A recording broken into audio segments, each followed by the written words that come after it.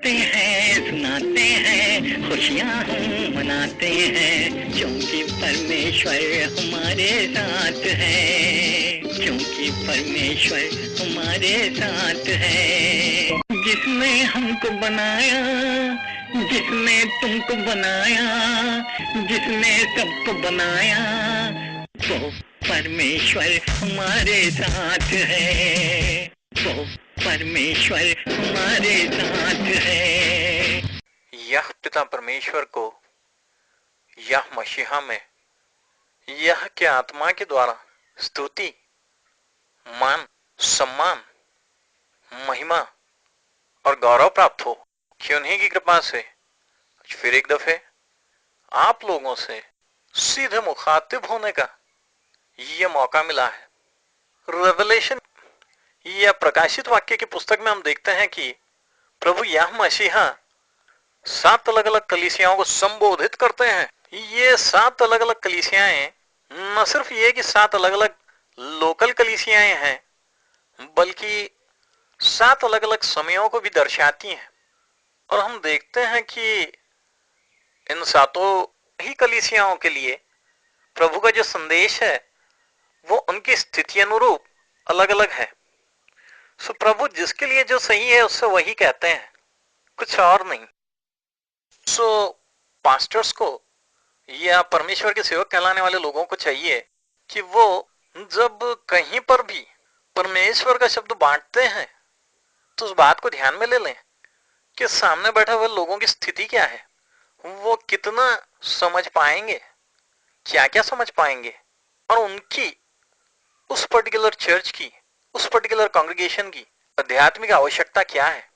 वरना फिर वो ऐसे डॉक्टर की तरह होंगे जो किसी को सरदर्द हो और उसके पैर का इलाज करे। सो बात ऐसी है कि मैं मान लीजिए अगर अफ्रीका चले जाऊं, अफ्रीका की कलीसिया में जाकर के मैं ग्लटनी या बहुत ज्यादा खाना जो की पाप है परमेश्वर के वचन में बताया अनुसार वो और उससे होने वाली तकलीफें, बीमारियां, इनकी बात करूं तो यह संयुक्तिक होगा। साथ ही साथ अगर मैं अमेरिका की किसी कलीसिया में जाऊं और वहां पर गरीबी, भूखमरी के बारे में बात करने लगूं तो ये भी असंयुक्तिक होगा। सो हर एक की स्थिति अलग होती है और उसके लिए का संदेश भी जो है वो अलग होता है। इसी प्रकार से चाहे लोकल लेवल पे भी हो, अलग अलग कलीसियाओं की स्थितियां अलग अलग होती हैं और उनके लिए जो संदेश वो भी अलग अलग ही उनकी स्थिति अनुरूप होना चाहिए। जहाँ शादी ब्याह का घर है वहां पर जाकर के मातम की बातें करना मूर्खतापूर्ण है।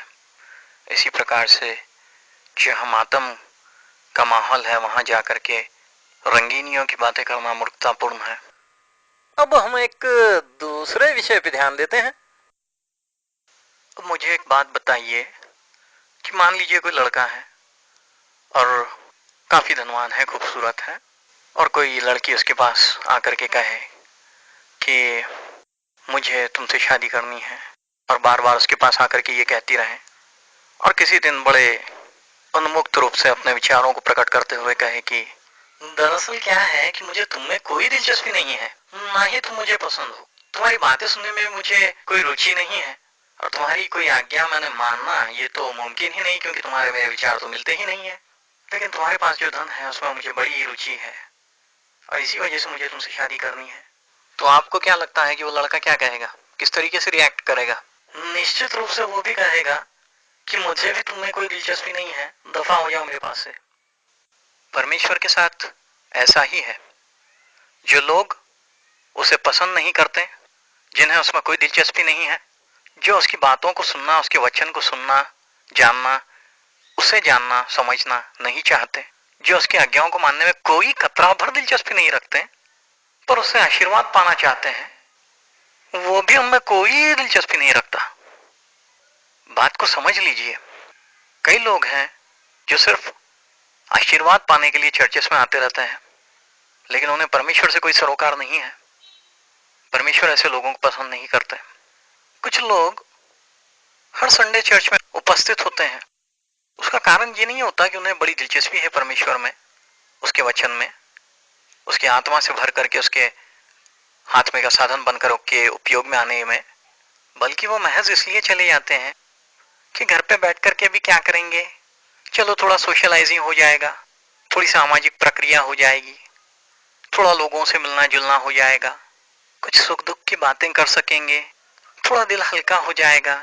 तो घर से सबसे नजदीक पड़ने वाला जो चर्च है वहां वो चले जाते हैं, सिर्फ इसलिए कि वो घर से सबसे नजदीक पड़ता है। कुछ करीबन 10-15 कदम की दूरी पर चर्च है, चलो चले जाते हैं। ये लोग सच्चाई में परमेश्वर का शब्द बिल्कुल सही तरीके से, उसके सही मायनों के साथ कहां से उन्हें मालूम होगा, इसमें कोई दिलचस्पी नहीं रखते, वो ढूंढते भी नहीं। अगर वो थोड़ी दूर जाना पड़ता हो उसके लिए तो वो जाएंगे भी नहीं। वो सिर्फ इसलिए चले जाते हैं उस जगह कि वो जगह उनके घर से बहुत नजदीक पड़ती है। कुछ पास्टर्स बेचारे बड़े खुश होते हैं कि बरसों मेहनत करके कुछ करीबन 101 लोग कलीसिया में जमा होने के लिए इकट्ठे कर लिए हैं। मैं आपसे सच कहता हूं, जहां पर वो कलीसिया या वो चर्च बिल्डिंग है, एग्जैक्टली उसके सामने, बिल्कुल उसके सामने अगर एक नई चर्च बिल्डिंग तैयार कर दी जाए और वो लोग हर संडे बिरयानी खिलाते हों अपने सारे मेंबर्स को, तो बहुत मुमकिन है कि ये 100 के 100 मेंबर्स अगले रविवार से उस नए वाले चर्च बिल्डिंग में दिखेंगे, उस नए वाली कलीसिया में दिखेंगे, क्योंकि उनका सरोकार आध्यात्मिक भोजन से नहीं, दैहिक भोजन से है, दैहिकता से है, दुनियादारी से है। ये स्थिति सिर्फ आज ही के दौर में है ऐसा नहीं है, आज से 2000 साल पहले भी यही स्थिति थी। और यूहन्ना के शुभ व्रत में 6 अध्याय के 26वें वचन में स्वयं प्रभु यीशु मसीह ने कहा, तुम मुझे इसलिए नहीं ढूंढते हो कि तुमने चमत्कार देखे, बल्कि इसलिए कि तुम रोटियां खाकर तृप्त हुए, इसलिए ढूंढते हो। अब हम एक दूसरे विषय पे ध्यान देते हैं। कई सारी कलीसियाओं में लोगों को साक्षियां देने के लिए मौका दिया जाता है और कई सारे लोग इसको फुटेज खाने के मौके के तौर पर देखते हैं, खुद को हाईलाइट करने के मौके के तौर पर देखते हैं और लंबी चौड़ी अनाप शनाप बातें बताते हुए कलीसिया का समय बर्बाद कर रहे हुए होते हैं। ऐसे में जो संबंधित पास्टर है वो ऐसे व्यक्ति को ऐसा करने से रोके, उसको नीचे बैठने के लिए कह दे, ये अब बाद में उसको इस बारे में समझ दे कि साक्षी दरअसल क्या होती है, वो खुद की नहीं, ईश्वर की महिमा के लिए दिया जाने वाला बयान होता है। ऐसी किसी भी घटना या अनुभव का कि जिसमें से परमेश्वर ने अद्भुत रीति से कार्य किया, सहायता की, मदद की, चमत्कार किया, मार्गदर्शन किया, प्रार्थना सुनी, तो ये एडमिनिस्ट्रेशन का भाग हुआ और एडमिनिस्ट्रेशन का अधिकार उपयोग में लाए जाने ही के लिए है। कुछ लोग कहेंगे नहीं भाई वो नासमझ है, ऐसे क्षमा करो। तो भाई क्षमा अलग चीज होती है। मैं आपको समझाऊं कि क्षमा होती क्या है। मान लीजिए, फर्ज कीजिए कि कोई व्यक्ति है, उसने किसी दूसरे व्यक्ति को उसकी जरूरत के समय में मदद मांगी और उस व्यक्ति ने मदद कर सकने की स्थिति में होते हुए भी मदद करने से इनकार कर दिया। बाद में कभी उस व्यक्ति को मदद की जरूरत पड़ी और उसने मदद मांगी इसी व्यक्ति से जिसने पहले उससे मदद मांगी थी और उसने नहीं की थी, तब हालांकि उसने मदद नहीं की थी आपकी जरूरत के समय, ये ध्यान में होते हुए भी उसे माफ करना, क्षमा करना, ये हुआ क्षमा। तो इसलिए उसको मदद कर देना हुआ क्षमा करना। तो क्षमा वैयक्तिक लेवल पे होती है, हर इंसान को खुद को पर्सनल लेवल पर इसे कृति में लाने का अधिकार है, उपयोग में लाने का अधिकार है। और अगर आप इस तरीके से करते हो तो निश्चित रूप से आप सर्वशक्तिमान के पुत्र और कन्याएं कहलाते हो। अब हम एक दूसरे विषय पे ध्यान देते हैं। धर्म का क्षेत्र एक बहुत बड़ा बाजार बना दिया जा चुका है। खैर ये तो प्रभु यीशु मसीह के समय में भी यही स्थिति थी, इसीलिए उन्हें हंटर लेकर के बाजार को खदेड़ देना पड़ा और बड़ा क्रोधित होकर कहना पड़ा कि ये मेरे बाप का घर प्रार्थना का मंदिर है, इसे लुटेरों की गुफा मत बनाओ। पर बात को समझिए, बाजार सिर्फ एक तरीके का नहीं होता, उसके कई स्वरूप और रूप होते हैं। अपने अपने निहित स्वार्थों के कारण से ज्यादातर जो स्पिरिचुअल लीडर्स कहलाने वाले हैं वो कांग्रेगेशंस पर स्ट्रिक्टली कंट्रोल करना चाहते हैं और लगभग सभी कांग्रेगेशंस में ये बताया जाता है कि बस हम ही जो है तो सही है और बाकी सब जो है वो गलत है, उनमें कमियां हैं।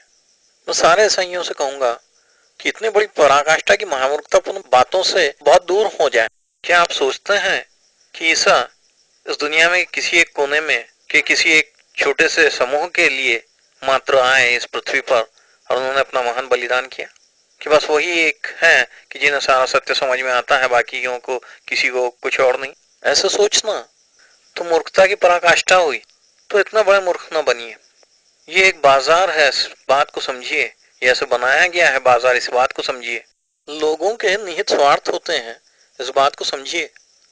अमेरिका में के 2 उदाहरण इस संदर्भ में बहुत प्रसिद्ध हैं और दोनों ही उदाहरणों में बड़ा क्लोज टाइप का स्ट्रिक्टली कंट्रोल ग्रुप था जो आखिरकार पूरी तरीके से विनाश में ले आया गया। जब भी लोग इस तरीके के ग्रुप्स में जाकर के फंसेंगे तो उनका विनाश होगा।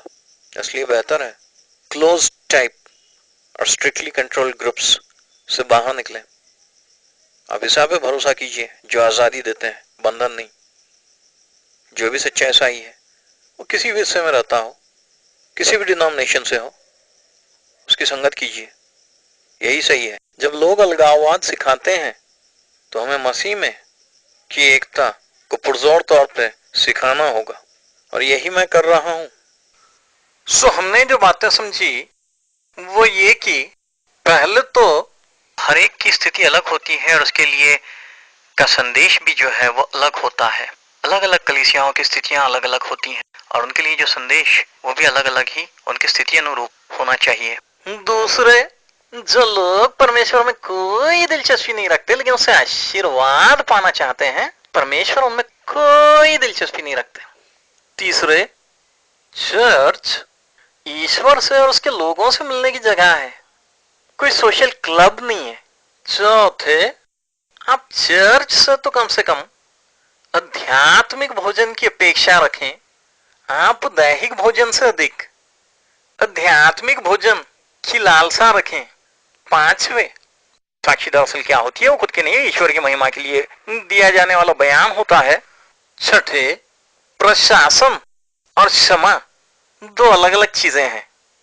और 7वां मुद्दा जो हमने समझ के लिया वो ये है कि धर्म का क्षेत्र एक बाजार बना दिया जा चुका है और अब समय आ गया है कि जो सारे सच्चे ईसाई आप सचेत रहें और प्रभु यीशु मसीह की तरह ही से ये कहें कि ये मेरे स्वर्गीय पिता परमेश्वर का घर, प्रार्थना का मंदिर है, इसे लुटेरों की गुफा मत बनाओ। अब ईसा पे भरोसा कीजिए जो आजादी देते हैं, बंधन नहीं। हालेलुया। यह पिता परमेश्वर इन सारी बातों को अपने जिंदगी में लागू करने के लिए आप सभी को सहायता मदद करे और इन सारी सच्चाइयों को औरों के साथ बांटने के लिए आपको प्रेरणा दें और सहायता मदद करें। आमीन। गाते हैं, सुनाते हैं, खुशियाँ हम मनाते हैं, क्योंकि परमेश्वर हमारे साथ है, क्योंकि परमेश्वर हमारे साथ है। जिसने हमको बनाया, जिसने तुमको बनाया, जिसने सबको बनाया, वो परमेश्वर हमारे साथ है, वो परमेश्वर हमारे साथ है।